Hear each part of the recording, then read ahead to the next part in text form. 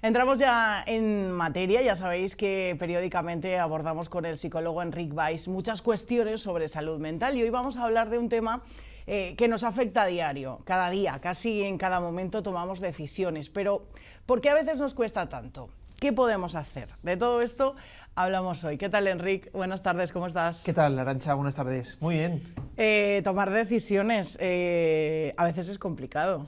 Sí, es complicado y más cuando es una decisión importante o vital. Mira, decíamos en el anterior programa que teníamos más de 50.000 pensamientos, ¿no? Y ahora lo podemos unir con que tomamos más de 400 decisiones al día. ¡Qué barbaridad! Pero todas son automáticas, solo podemos decir, o inconscientes, podemos decir que una o dos son conscientes y a veces es verdad que nos cuesta, porque o no estamos habituados o porque, insisto, la decisión es vital, ¿no? ¿Qué es lo que dificulta a la hora de tomar decisiones? Cuando tomamos una decisión o tomamos varias decisiones, primero tenemos que identificar todas las posibilidades que existen y es ahí la primera dificultad. Hay personas que tienen que tomar una decisión y solo ven una posibilidad. Cuando hay que pararse, hay que reflexionar, que es la segunda parte, ver las consecuencias y plasmar cuáles son los pros y los contras de esa decisión. ¿Qué ocurre? Que este tipo de mecanismos que son automáticos, hay personas que no están habituadas a hacerlas, ¿no? Este tipo de decisiones, porque en su día a día no es necesario. Pero, insisto, es que, por ejemplo, tú vas al supermercado y a la hora de comprar un helado, por ejemplo, pues uno está decidiendo, ¿no? Fresa o chocolate, ¿no? O estoy tomando esta decisión a la hora de ¿qué cojo? ¿El coche o voy en autobús? Entonces, a la hora de tomar decisiones, cuando son importantes, nos cuestan. ¿Y qué es lo que normalmente solemos hacer? Preguntar en nuestro entorno o tomar una decisión poco reflexionada. Entonces, la primera pauta es ver cuántas posibilidades tengo. Después, ver las consecuencias de esas decisiones. Y por último, ver pros y contras de esa decisión. Has hablado de preguntar a nuestro entorno. Es algo que está bien, ¿no? Que hacemos todos habitualmente, pero es verdad que hay gente que determina sus decisiones al final por lo que le dicen los demás, ¿no? Y no toma sus propias decisiones. Así es. El error es que se pregunta al entorno antes de tener el propio criterio. Ese es el error. Nosotros tenemos que hacer una reflexión interna, intentar descubrir cuál es la posibilidad mejor para nosotros y luego compartirlo con el entorno. ¿Qué ocurre? Que si yo estoy dudoso, estoy dubitativo, no sé qué decisión tomar y se lo pregunto al entorno, esa decisión está condicionada. Es entonces cuando le pregunto a un familiar, a mi padre, a mi madre o a un hermano, oye, tú, incluso a mi pareja, oye, ¿tú qué harías? Ese es el error. Yo puedo preguntarle, ¿tú qué harías? Si yo previamente ya tengo una decisión. Entonces, si coinciden, refuerzo esa decisión. Si no coinciden, preguntaré a la otra persona, ¿y por qué opinas eso? ¿O por qué has tomado esa decisión? Es que esto es importante, parece es que es básico, pero a veces no caemos en esa simpleza, ¿no? Esto ya es una cuestión más concreta, pero al final, cuando tomamos una decisión, ¿tú qué recomiendas? ¿Ser firme en lo que tú crees? ¿Escuchar y valorar lo que dicen los demás? Es muy buena pregunta, Arantxa. Aquí, obviamente, dependerá mucho de la situación, hay que hacer una valoración, no se puede generalizar, porque claro, si yo digo, no, hay que ser rígido ya, pero es que resulta que si esa decisión que has tomado no es la idónea, hay que también trabajar con porcentajes, ¿no? Pues a ver, ¿qué probabilidad tengo de que yo me equivoque aquí? Pues mira, más o menos, no hay que ser matemático, pero yo creo que tengo un 50% de posibilidad para que esa decisión sea correcta. Bueno, pues ahí valorarlo. Tenemos que escuchar, tenemos que también lo que se dice coloquialmente, la voz de la experiencia, ¿no? Las personas más mayores que han pasado por ahí. Pero, insisto, que no sea una imposición, o sea, que tenemos que ser fieles, es decir, yo tomo la decisión, sí, con dudas, pero eso es lo que siento.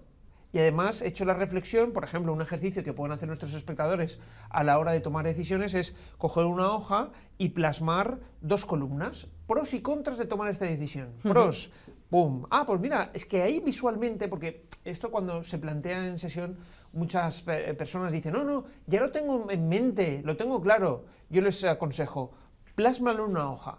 Al verlo en una hoja, quizá, si es así, te refuerza, y si no es así, puedes ver qué otras posibilidades, ¿no? Entonces, plasmarlo nos ayuda también a elaborarlo y a reorganizar y reordenar ese tipo de dudas, cuestiones, posibilidades o consecuencias. Siempre al verlo escrito vamos a poder fijarnos mejor.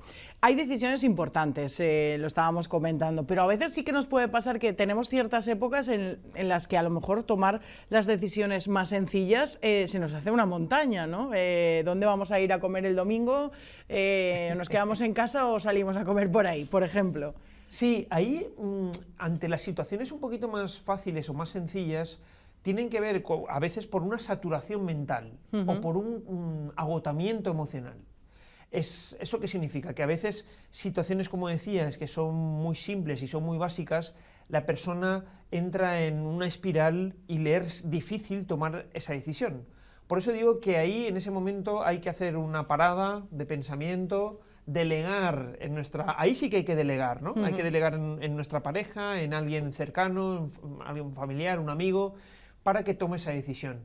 Cuando, insisto, son decisiones sencillas, que no influyen en el bienestar o el malestar de la persona. Eso es importante. Al revés, tomar esa decisión al final te acaba provocando un dolor de cabeza más que el hecho en sí, ¿no? Correcto, correcto. Y claro, ahí lo que tenemos que hacer es justamente lo contrario, lo que decíamos, ¿no? Delegar y ahí sí confiar en el otro para que tome esa decisión.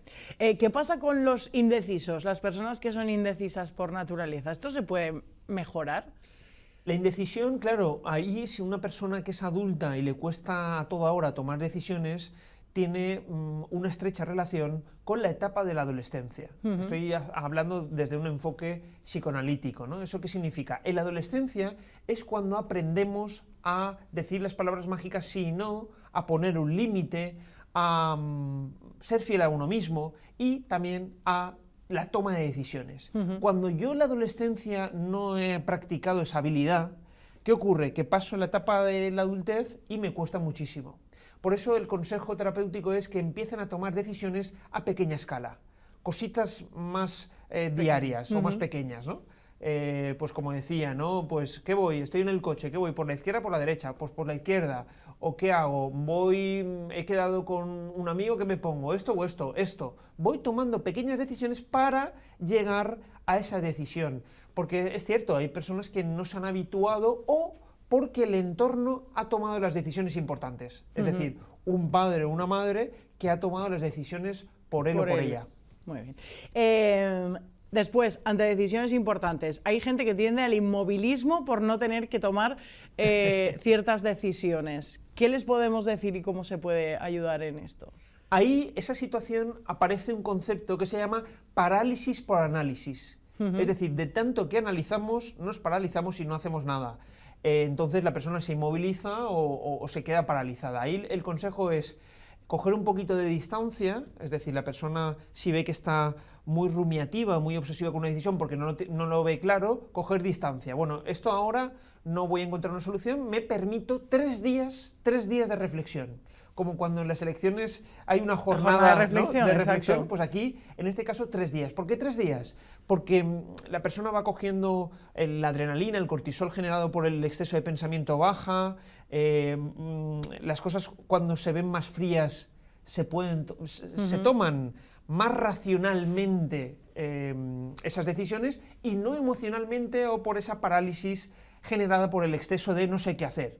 Luego también preguntar a esas terceras personas, imaginarnos que una persona que para nosotros sea un referente, como un buen amigo, pues mira, es que me gustaría o me gusta cómo actúa esta persona ante esta situación. ¿Cómo actuaría mi amigo ante esa situación? Ah, vale, pues es una forma de tener ¿a qué? A un referente a la hora de tomar una decisión. Y esos son estrategias o mecanismos que nos ayudan a esa parálisis. Echar la vista a un lado y hacer como que no está eso ahí tampoco sería, ¿no? Hay que mirarlo de frente aunque sea dándonos 3 días. Sí, porque entonces caemos en una evitación o una negación. Recuerdo, y está fuera de un poquito este contexto de humor, un paciente que tenía como ciertas conductas infantiles y le generaba mucha angustia la toma de decisión.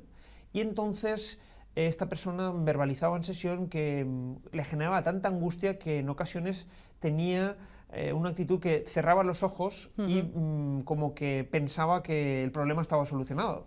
es una actitud un poquito más, como decía, infantil, ¿no? Pero el problema, decía, abro los ojos y sigue estando ahí. Entonces, ante esa situación, insisto, no evitar, sino tener una actitud adulta, aunque no me guste, y afrontarlo. ¿Qué es lo peor que puede pasar? Que aprendamos. Ese es el mecanismo, ¿no? Es decir, ¿qué es lo peor que puede pasar? Que aprenda. Que te equivoques y que aprendas. Correcto. Y el error es un gran maestro, ¿no? Nos ayuda a evolucionar. En muchas ocasiones no tomamos esa decisión por temor o por miedo. Pero insisto, utilizar la estrategia de desdramatizar, pensar qué es lo peor que puede pasar, nos alivia, nos ayuda a movilizarnos y a tener pues una acción hacia adelante. Tomamos nota, estamos a 12 de diciembre, estamos cerrando el año. Ayer hablamos con un psicólogo que presentaba un libro y tal, y nos dijo que esto de propósitos del año nuevo, que lo veía como una frustración, ¿no? de las personas. Yo no sé qué opinas tú sobre esto, ¿no? Como que nunca estábamos contentos con nuestra vida y siempre teníamos que tener propósitos para el año siguiente porque no nos gusta. ¿Esto cómo lo ves tú? Bueno, el tema de los propósitos del año nuevo siempre se suele focalizar al inicio del año, ¿no? Yo siempre digo que los propósitos pueden ser cualquier mes, cualquier semana, cualquier día, pero es cierto que nos frustramos porque nos planteamos 20.000 cosas. Tener propósitos es positivo, bajo mi punto de vista, porque nos ayuda a crecer y a estar activos. Una persona sin propósitos es una persona que no tiene precisamente ilusión en algo, y la falta de ilusión puede generar tristeza, melancolía o depresión.